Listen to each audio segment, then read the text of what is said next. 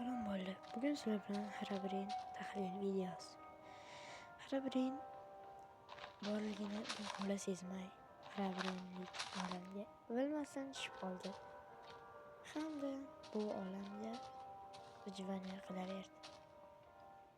Eshitishingiz mumkinki, eshitishingiz mumkinki, butlarni kimdir sindirayotgandek bo'lyapti.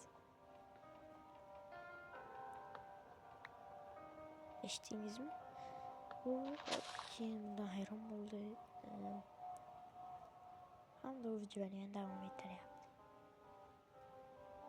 Undan so'ng bolalar unday ajoyib ishlarni qildilar.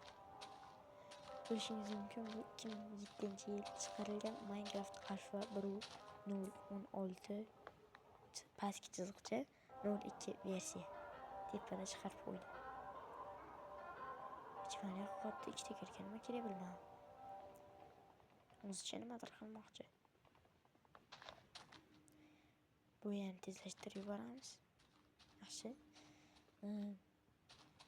Bu videoni YouTube'dan olib tahlil qilyapman. Nimadir yasamoqchi bo'ldi, lekin yasamadi. Ko'rishingiz mumkin, bu yerda mollar spawn bo'lganidan so'ng 1-2 sekund qotib qolishyapti. Bu g'alati. Nima uchun sezmadi? Qandaydir belgi qoldirib ketdi. U craft table'ni topish uchun. Ha, qo'rqdingmi? Yuryapti. Chanklariga qaradi. Tanish ko'rindi-da. Chanklar unga. Hamda mana bu yerda Herobrine ko'rishingiz mumkin. U mana bu rasmda ham ko'ringan edi. U qo'rqinchli Herobrine